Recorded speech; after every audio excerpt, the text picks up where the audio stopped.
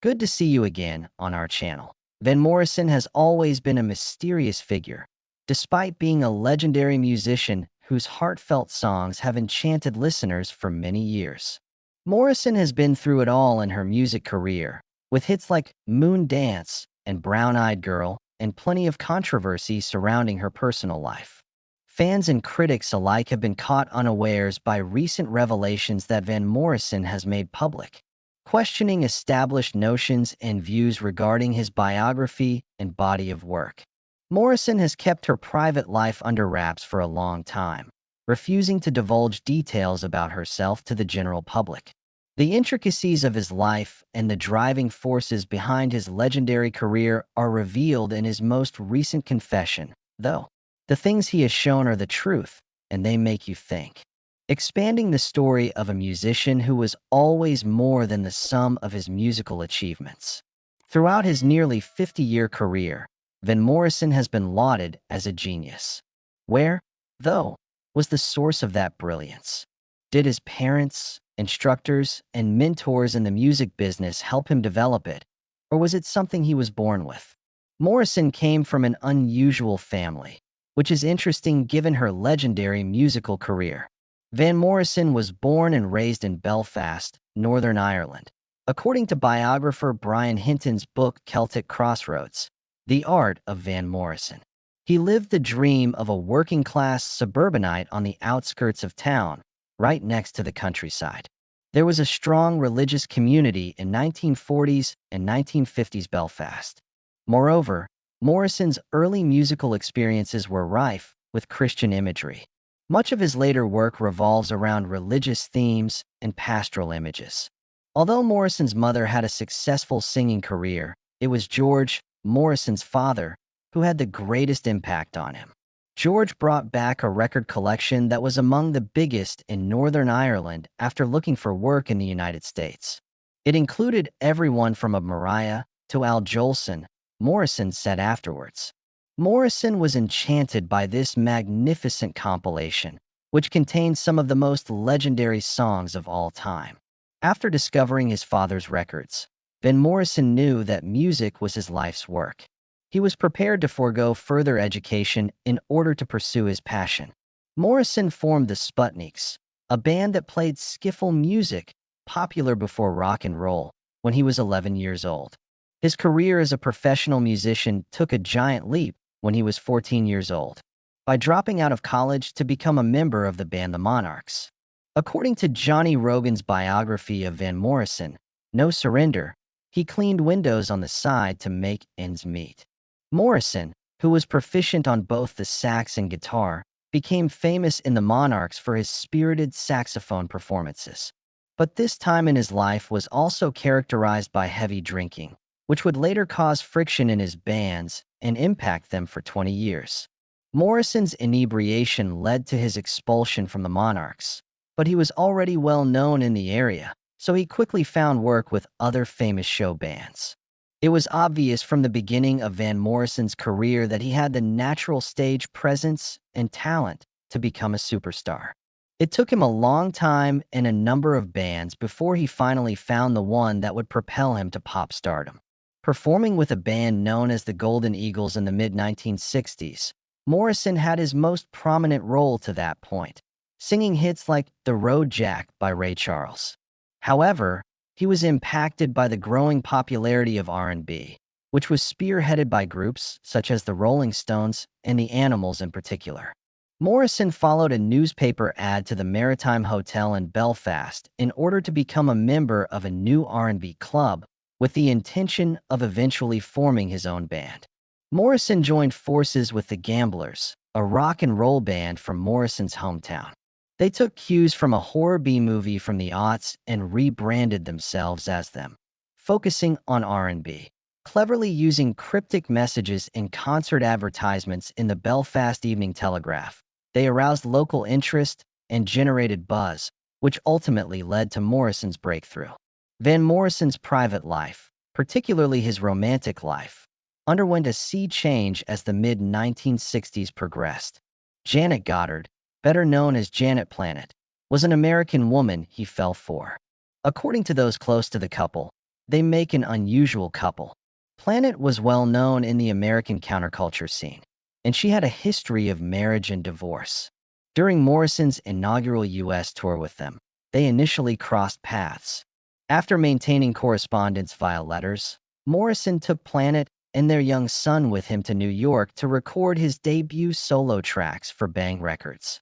Despite getting married and appearing settled for a while, they were soon pressured into leaving New York for Boston due to threats made by Bang Records employees. Some of Morrison's most formative years as an artist occurred during his marriage to Janet Planet. On the other hand, paranoia became more prominent during their time together. They left their California home in 1971 after a psychic predicted the state's impending submersion. They had already filed for a divorce by 1973. Legal troubles with Bang Records almost derailed Morrison's career, even though Brown Eyed Girl was a smash hit. But his creative stride was just around the corner. After signing with Warner Brothers, he recorded 1968's Astral Weeks, which Rolling Stone now ranks as one of the best studio albums of all time despite the album's lackluster initial reception. During his first tour of the United States, Morrison played unearthed demos of the album's tracks at private events, revealing the lengthy process that went into making songs like the title track. Morrison barely spoke to the jazz musicians she recorded the album with during its 3 sessions. He gave the musicians basic guitar chords to work off of, and then instructed them to improvise the rest, creating an atmosphere he likened to an alchemical reaction. According to percussionist Warren Smith, who was there during the Astral Week sessions, they were just like any other sessions. In an interview with Rolling Stone published in 2018, Smith stated that occasionally one just happens upon something that will be recognized or perhaps remembered in the future. How those things turn out is completely unpredictable. In the early 1970s, Van Morrison's album Moondance introduced him to a wider commercial audience, which continued to boost his career. But Morrison, who was now ubiquitous in the United States, began to decline in 1975. He was unable to return to his homeland due to the unrest in Belfast and started to feel exhausted as a result. His explanation was that I needed to cease. I was fed up. My mind was completely drained, and I needed to disconnect from music entirely. Even listening to music made Morrison gag, and he would sit quietly for days at a time reading about psychology and spirituality. Despite being stereotyped as a mystic and recluse by the press, Morrison used the break to reset his creative impulses. In the late 1970s and early 1980s, Van Morrison tried his hand at a wide variety of musical styles, proving once again that he was not afraid to follow his own tastes or experiment.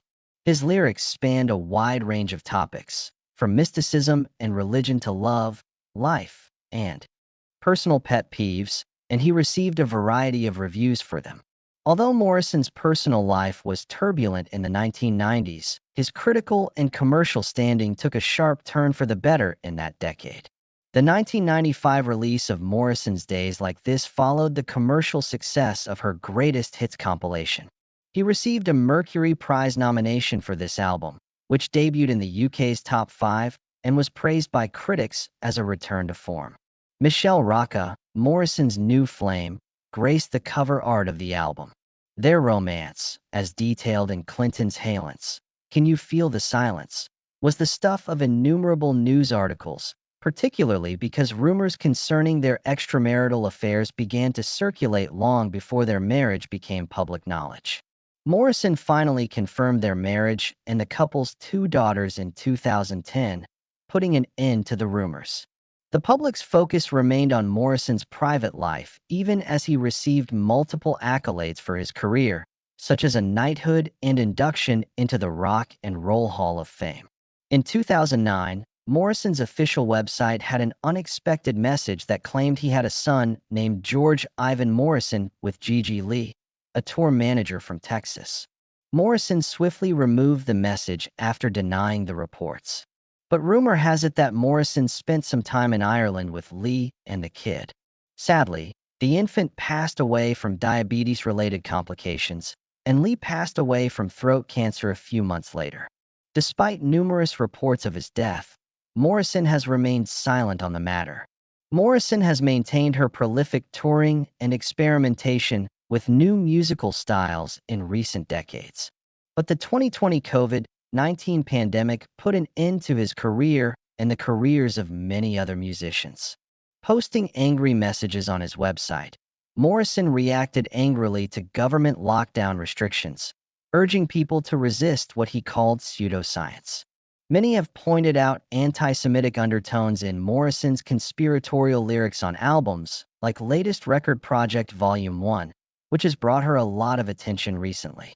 The album was panned by critics despite its commercial success. The next single, What's It Gonna Take?, came out in 2022 and made light of Morrison's high-profile feud with Robin Swan, the Health Minister of Northern Ireland. Please leave a comment and subscribe to our channel. View the video that follows.